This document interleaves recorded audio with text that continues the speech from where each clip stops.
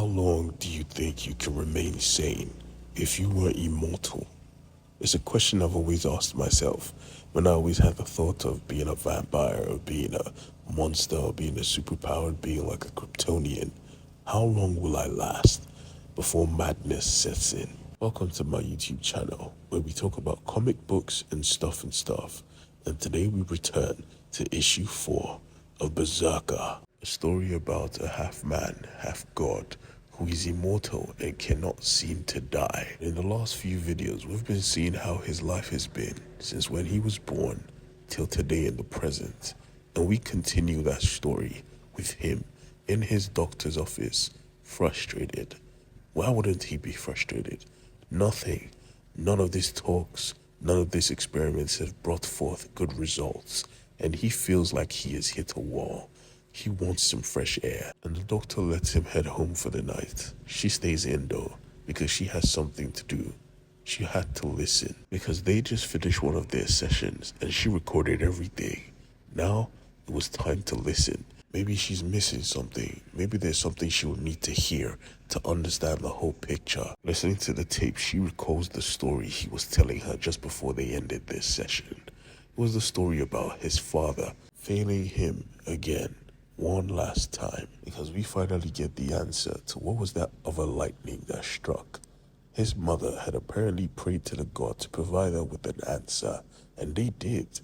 They gave her a cure for her son, a cure for his rage, his madness, his immortality. And this cure was in the form of a totem eagle. Showing her husband what she had done, she was expecting to be greeted with smiles, but he just snatched it from her, saying, "Woman, you have put our clan at risk," tossing the figure down a very dark, deep hole. He looked at her and said, "Do you want to destroy our people?" And at that exact moment, their son came forth. B was confused, what's going on? And his mother wanted to tell him before his father stopped her, saying, "Woman, watch yourself." Before the conversation could continue, his right-hand man pulls up and tells him, "There is an army amassing on the ridge, my king. We need to go." His mother tried to stop him, telling her son, "You are not a weapon. You don't have to be anymore." She tried to direct him to the statue, but her husband stopped her again, saying, "He is my son too. And he is what this town or village needs. Now come with me, boy. Let's go to war." And that was it. That was the last conversation he would have with his mother while she was alive. Because at that moment, they rode out, and what they didn't expect was a trap. All the nations they had attacked for no reason had banded together to come take them down once and for all. Spears and arrows rained from the sky like rain. Everyone was dying. Everyone but him and his father. He entered kill mode. He butchered as many people as he possibly could, ripping them apart with his bare hands. His father trying to call to him, trying to tell him to calm down. This is a diversion, but he wasn't listening. He was in kill mode, and he lunged at his father. Thankfully he missed, but he killed the right-hand man of his father with one strike. His father didn't even think much of it. He just told him, "Focus. They're attacking the village. We have to move." As soon as he realized this, realizing his mother was at risk, he took off. He said, "Screw the horse. I am faster." And he ran. They chased him, but he was just too fast, moving ahead. But he wasn't fast enough because the tribe was already decimated. He entered kill mode again, ripping everyone apart. His father calling the surviving men to retreat while his son handles the rest. And B handled the rest. He butchered everybody, allowing his father to check on his wife. While B did the Lord's work. He left no one alive. But they came with a plan. They thought if they tossed him with arrows on fire, with spears on fire, it would pin him to the ground.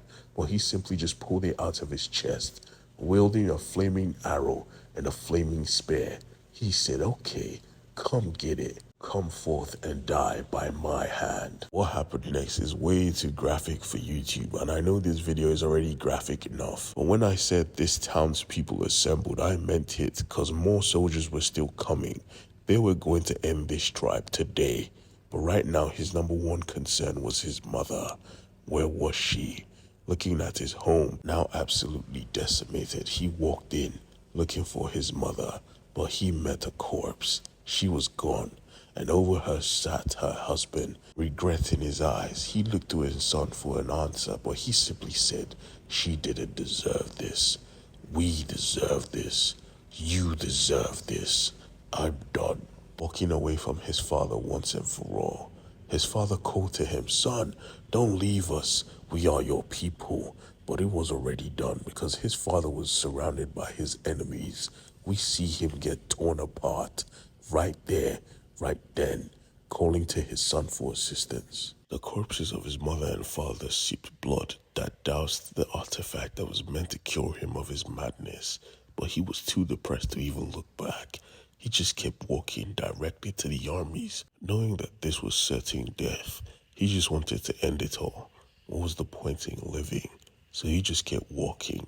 They attacked with all of their might, all of their blades, all of their weaponry, but he just kept walking.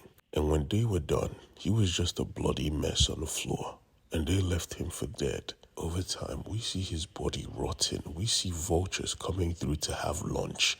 We see the remaining of his corpses get torched by the hot sun. And all of a sudden, there was an egg. A big, gigantic, disgusting egg. And from that egg, he was reborn to this earth. He was reborn when all he wanted to do was die. That was his first death. And immediately after this happened, he realized something. His life was hell. He ran mad instantly, forced to walk this earth, undying, unloved. He walked and kept walking. And back in the present, the doctor was walking as well. She went to someone's house and knocked on the door. And whose house was it? Well, it was B himself. He said, "Doctor, what are you doing here? This is extremely unexpected." And she didn't even give him time to talk. She just broke down. "Well, we need to talk. I'm here to give you my truth. We haven't been completely honest with you, and I think it's time you get honesty." Completely unbothered by this, he simply just kept quiet and just walked in, leaving the door open. And she entered. Bow, shika, bow, wow. Alright, see you in the next video. Peace.